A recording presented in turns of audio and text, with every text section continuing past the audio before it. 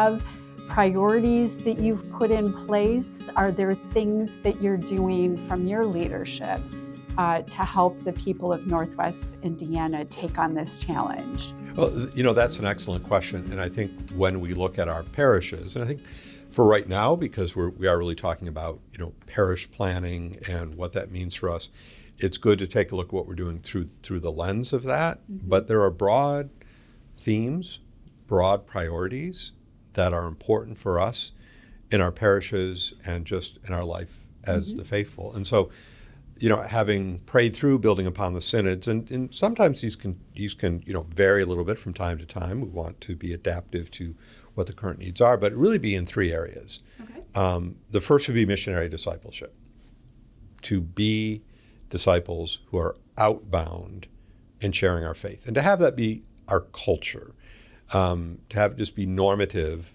that we would say not just who's coming to church, but who's not in our pews. Okay, to ask ourselves that question, and to really be outbound and to create that culture of missionary discipleship.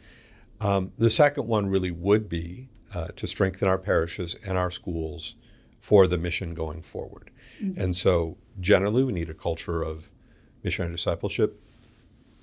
Second, we need to strengthen our parishes and schools and do all that's necessary to be able to have those be not just places where we meet, but a missional outpost, a place that exists to be outbound.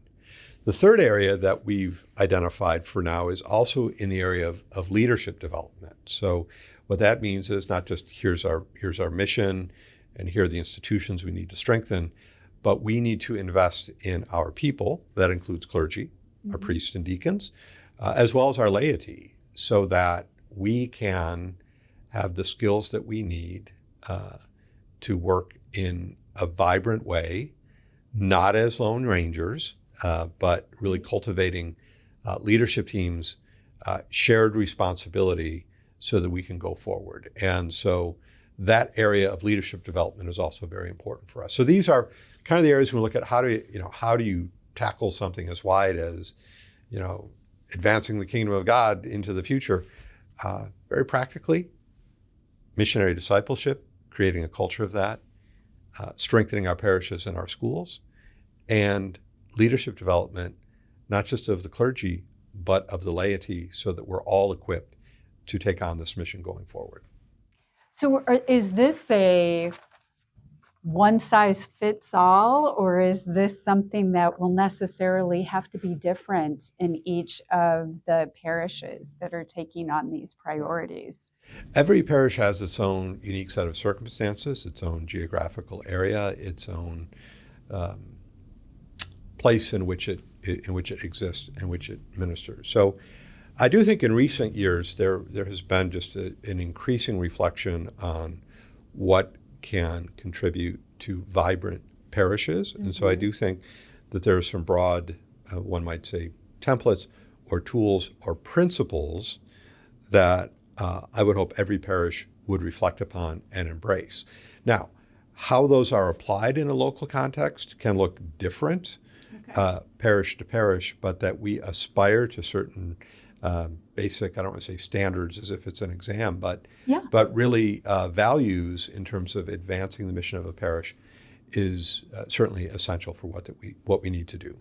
Bishop, I'd like to go back to our conversation about parishes being encouraged to create a culture of missionary discipleship.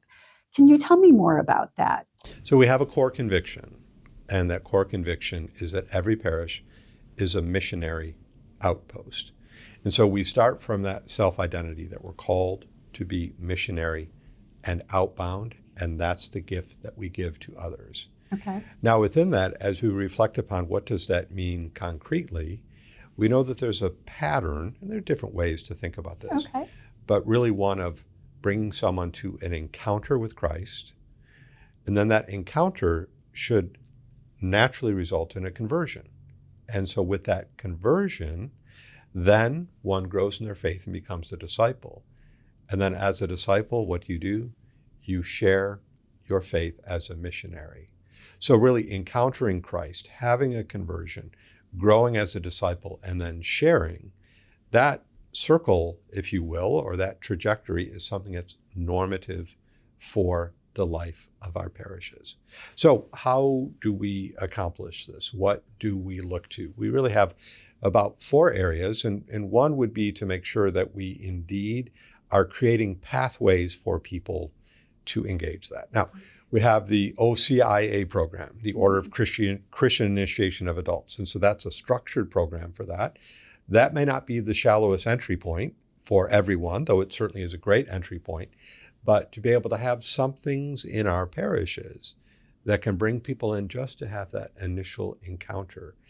And then ensure, not that we're conveyor belts or not that we're, kind of in the business of automaton Christians, because every person is unique, but we need to be intentional about that encounter with Christ, guiding them forward and having a pathway for them to continue to engage. So as we reflect even more deeply about this, we have to think about how do we invite those who are disconnected? How do we engage them and bring them in? And that's, as I've said before, it's asking ourselves, who's not in our pews? And we know who's coming to church. That, in a certain sense, not that it's simple, but it's easy because they're the ones who are coming. But we need to think about what about those who are not in our pews? And how do we engage the disconnected? And the disconnected could be disaffiliated Catholics. They could be people who've never heard the gospel. They could be people that just don't even see us as a part of their lives. So that would be a second area. Finally, we have to think about how it is that we can create a culture in which people share their faith naturally, so that people have the confidence to do that. So for everybody, it's going to look a little bit different, but we just want that to be natural. And another part, and this is a great word that Pope Francis has used, Pope Leo has used it, John Paul II, Pope Benedict talked about it, but really under Francis, it became accompaniment. And so that we have a culture of accompaniment. So what that means is we journey with people on their walk to faith. And so that it's not simply who's showing up, but how are we connecting them? How are we sensitive to those who aren't there? How do we share our faith naturally? And ultimately, how do we accompany people on their journey of faith?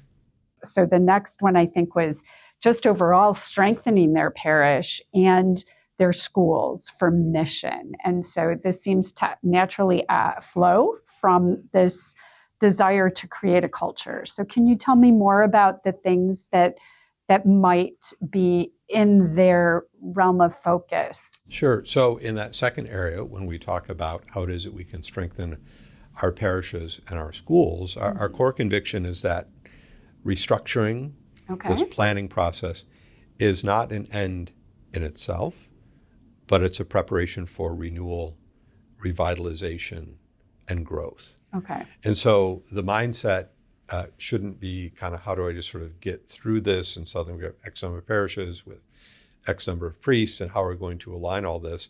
But it's that it's for a purpose. And so we are seeking to strengthen our parishes and our schools. So if they are unable to really take on this mission by collaborating with another parish or nearby Catholics, they're able to be stronger in their ability to offer programs and opportunities to learn more about the faith. Is that sort of the idea? The goal is that every parish would be outward facing. Okay. And so parishes that have strengths that they can share together can come together and experience that with more vibrancy as they bring all their resources together. But it's still that outward focus. How do I look outward in so doing that? So, Bishop, as parishes and schools are strengthened for mission, can you tell me more about what that's going to look like? What's the strategy for that? Yeah, so the strategy, first of all, we need to look at our Sunday worship. Our time together celebrating the Mass needs to be beautiful, transformative, and engaging. And of course, the source and summit of our faith is the celebration of the Eucharist. But we need to be intentional about that. So our Sunday worship needs to have those elements that are engaged and that are quite clear. Mm-hmm. The other is we need to think about building systems to make sure that we have what we need in place for evangelization, for accompaniment, and for outreach to others. And so to really look at the programs that are in place and ask ourselves how they can be aligned to this mission. Mm-hmm. So, and that's where every parish is a little bit different. That have to reflect on what it is they would need to be able to advance that most successfully. Okay. The third area, particularly as we have parishes coming together, would be to make sure that there's a unified parish community. Okay. And so what can happen is when parishes come together, and not every parish is coming together in quite this way, but many of them will be, it's to say, how can we be unified in all the gifts that we bring to this situation? Okay. So you kind of have a cohesive experience of the parish and that people are really drawn together as a unified parish. Knitted together as one community. Exactly. And as we look at our schools, they really need to be engines for discipleship and evangelization for the next generation. We have a tremendous amount of resources that are supporting our schools these days. And so the question is, our schools serve so many people in a variety of ways, but at the core, they're integral to our mission of forming the next generation. Okay, so a source of evangelization and formation. And discipleship, sure. Excellent. So Bishop, you mentioned developing leadership. Can you tell me how that enters into the planning for the future? Well, the goal is to have well-formed clergy, priests and deacons, qualified and talented lay staff, and lay leaders. And so from that, a parish can really thrive and be aligned for the future. So when we think about how we might look to the future, the priest can't do everything. The pastor can't do everything. And so we don't want to have a culture in which it's just the pastor doing everything.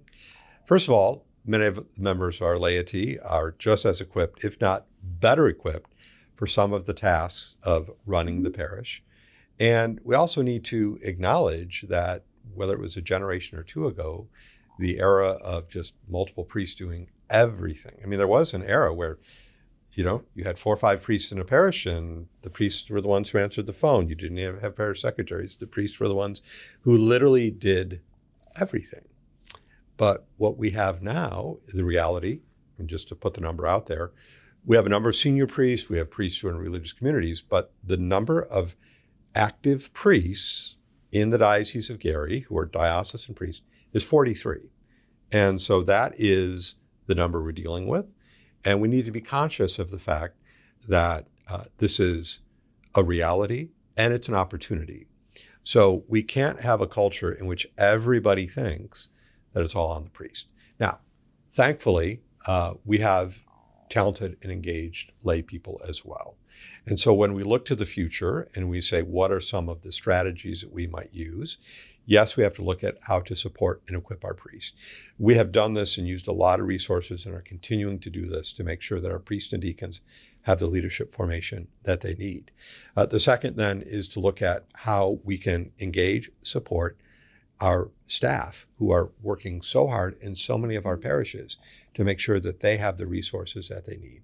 But it's not just professional staff. And some parishes might say, well, we don't really have a lot of staff. We're smaller. We don't have all those numbers. I mean, we have to look at the third area, which is really recruiting lay leaders who show promise and interest and engagement so that they can, whether professional staff or just as active and engaged members of the lay faithful, that they know their role and how it is that they can support the parish going into the future.